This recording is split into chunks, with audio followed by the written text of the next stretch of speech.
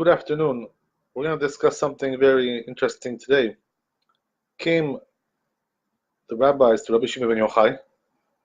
This is in the Zohar Kadosh, Parshat Toledot, Kuf Lamed Tet. It says over there, they asked him a question, Rabbi Shimon. They said to Rabbi Shimon, explain to us this whole story about Esav and Yaakov. How is it that Yaakov was cooking a dish? Comes Esav and asks him, he tells him, I'm tired, I'm weary, I'm hungry. Please give me something to eat. And answers him Yaakov, okay, I'll give you, but only for a very big price. You got to sell me your firstborn right. So, this sounds to be like something very cruel. How does a person tell his brother, his own brother, twin brothers we have over here, you tell your brother, listen, I'll feed you if you're hungry, but you got to pay me, and also you got to pay me a very big price, something you're going to have to be paying all your life. You're going to lose your position, you're going to lose your firstborn right. Does a brother do that to his brother? Not something that you do, especially a tzaddik like Yaakov Avinu. Is that really a tzaddik, a person who behaves like that towards his brother? Tells him, listen, you got to pay me, you're going to pay, right? You're going to pay dearly for that. That was a question that they asked Rabbi Shimon. And also we find, right, at the end of that story with Esav and Yaakov, that when Yitzhak Avinu wanted to give the blessing to Yaakov, to Yitzchak, to Esav, he wanted to bless Esav. He told him, go bring me some food and I'll bless you. So once Yaakov came and took the blessing from him, so Yaakov answers Esav to Yitzchak. He tells him, listen, this is the second time now he took my firstborn right, and now he also took my blessing as well. He stole now twice from me, took from me, cheated me. So the question was, the rabbis asked Rabbi Shimon, is this the right way to behave towards a brother? How did Yaakov do that? Right? Supposed to be a tzaddik. So Rabbi Shimon, when he hears this, he's quite shocked at this question. So he tells them in a very harsh manner. He gives them a harsh answer. He tells them, he says, for asking this question, all of you deserve to be lashed, to whipped. You deserve to be whipped, all of you. Why to whip them? For what? They're asking a very innocent question, a very good question, apparently, right? But says Rabbi Shimon, the reason you deserve to be whipped for asking this question is because you assume, you believe the words of Esav, but you don't believe Yaakov. In other words, what you do is you reverse roles. You believe the wicked and you don't believe the righteous. So it tells them, Rabbi Shimon, this narrative, right, you cannot understand it that way. You have to understand the real approach over here. So it tells them, what's the real approach? The proper approach to understanding this narrative. The truth is, it tells Rabbi Shimon that prior to this event that occurred, when he sold them the firstborn right for the food, the truth is that Esav was coming to Yaakov and telling him on a regular basis, telling him, listen, my brother Yaakov, I don't want this firstborn right. I'm not interested in this kind of stuff. I'm a man of the world. I don't like religion. I'm not very religious. I'm a secular person. I don't want to get involved with this stuff. I want to be, in the field, making money, going to Wall Street, going to all kinds of places, making money in the market. That's what I want to do. I want to do all kinds of things like that. Says, I'm not interested in religion. You're the religious guy of the family. You take care of that. I want to give it to you for free, the firstborn right. I'm not interested in it. So take it for free. I don't want anything for it. Don't pay me anything. So Yaakov heard this over and over from Esav, that this was the case. That what? That this guy wants to get rid of this whole firstborn right. He's not interested in it at all. He doesn't even want to get any payment for it. So therefore, now, he sought the opportune time to take advantage of that. What does that mean?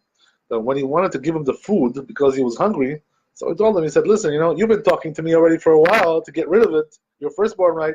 So now let's make it official. I'll give you the food, right? In exchange, you're going to sell me the firstborn right, and we'll make it official. You're going to swear. You're going to swear that you cannot go back. You cannot renege.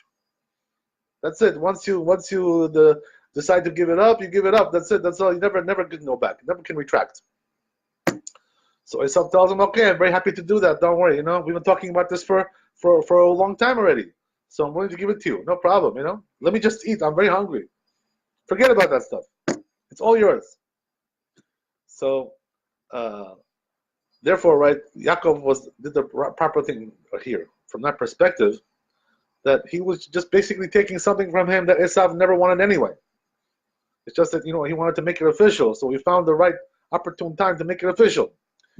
Another question, right, asked over there regarding this whole episode is that he was cooking these red lentils, right? It says he was making lentils because of the avelut, for the mourning of his grandfather, Avraham Avinu, who died.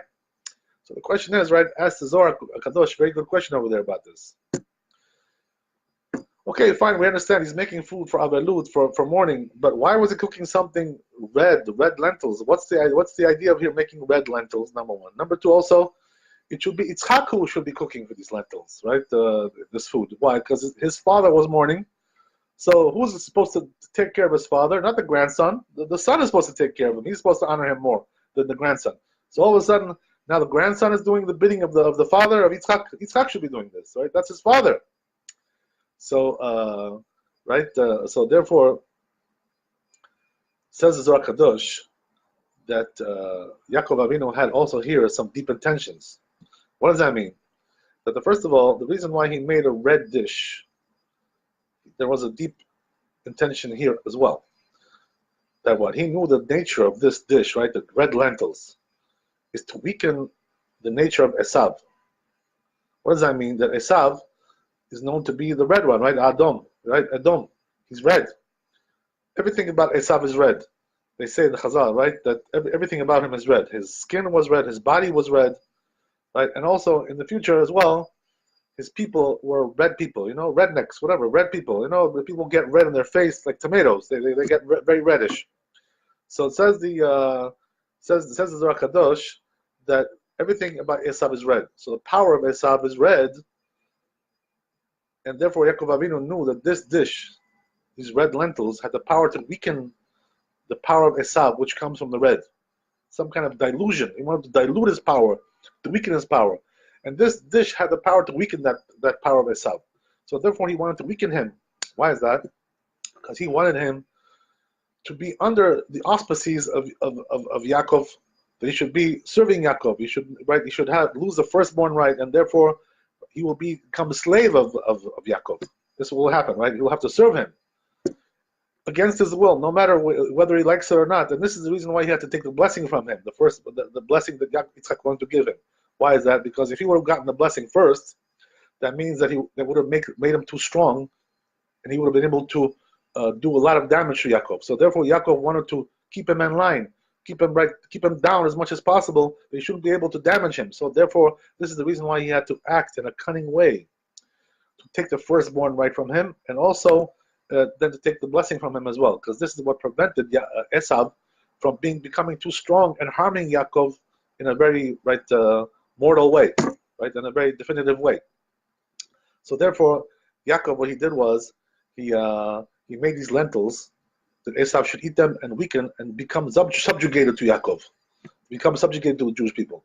So another thing is we learn from here, it says Zohar Kadosh over there, something also very powerful, that there was also another allusion over here, that we have this sacrifice that we do on Yom Kippur, the Jewish people, right? When the Beit HaMikdash was existing, it will come back with Hashem in our times. So what happened was that they used to offer one Seir LeAzazel, right? There was one goat that used to go down the mountain. They used to push it down. So this offering was to the side of Esav, to the Satan. So what does that mean? That Yaakov knew that when you give something to the Satan, one little offering that we give him, that little goat that we give him on Yom Kippur, this makes him very, very happy, the Satan. So therefore now he comes and not only doesn't accuse the Jewish people, but he also comes and recommends that we're good people, right? He tells HaKadosh Baruch Hu, he tells Hashem that we're good people and he should treat us well. So the way to overcome the power of the Satan, which is Esav, right? Esav is the agent of the Satan, is to give him something. When you give him something, that little bit, right, that you give him takes away the accusation, and not only that, now he comes and recommends that you're a good person. So Yaakov Avinu knew, right, that giving him this food, those lentils, was the same idea. The idea was that if I give him something to eat, now he'll recommend for me, he'll love me, right? He have no choice. He has no choice. Once you give him something, he's got to recommend for you. He's got to now become your, right? Instead of being your adversary, he becomes your friend. He becomes your supporter. He supports you. So this is the reason why that Yaakov Avinu had to act with cunning in order to take away these things from Esav. Because if Esav would have gotten those things, the firstborn right and the first blessing also, he would have been too powerful, and Yaakov would have been threatened by that. The Jewish people would have been threatened by that. But now that Yaakov has the firstborn right, and he has the blessing, the first blessing, so now Esav has no choice but not only to not accuse us, but also to recommend for us and to serve us and to help us. So this was the whole idea. So why did Yaakov Avinu have to do all these things? Because we know, right, that Yaakov Avinu, it says in Zohar Kadosh in a different place, he was the Gilgul, he was the reincarnation of Adam Arishon. So what happened was that the Satan came in the form of the snake and fooled Adam Arishon. He fooled him into sinning, him and his wife Chava. So therefore, since he behaved with guile, with trickery, to fool Adam Arishon to sinning, and this is what caused death and destruction, and this is what caused the Satan to rule over the world, to be strong, but to be too strong in the world. So therefore, Yaakov Avinu, to rectify this mistake that was made by Adam Arishon, that he was the reincarnation of Adam Arishon, he had to take away the powers of the Satan, which was Esav, who was now in the place of the snake. That's his job, to be the army of Satan. So what he had to do was he had to weaken his power by taking away the firstborn right, to taking away all these powers of the blessing. So this way now, right, the Jewish people can get through this world without being harmed by Esav. This was the whole idea. So therefore, right, what do we see from there, Rabbi? That this may look to the undiscerning eye that this was an act of cruelty. He took his firstborn right, he took his blessings, he took and he sold him the dish for a price, for a very high price, apparently, right? Even though for Esav it was worthless, it wasn't worth anything, but actually it was very, very valuable. It was invaluable. So the point is, right, that Yaakov Avinu had to behave this way. And they say, tells them Rabbi Shimon Yochai, the rabbis were asking this question. He tells them, what, don't you see what it says about Yaakov Avinu, right? Ish Tam. He says he was a person who was honest and straight. That's what it says about him in the Torah when he was born, right? He was Tam. Tam means straight, honest, right? And a person who doesn't mess around. And also, right, it says Titen Emet Yaakov, in the pasuk, in the verse, right? Gives the truth to Yaakov. So what does that mean?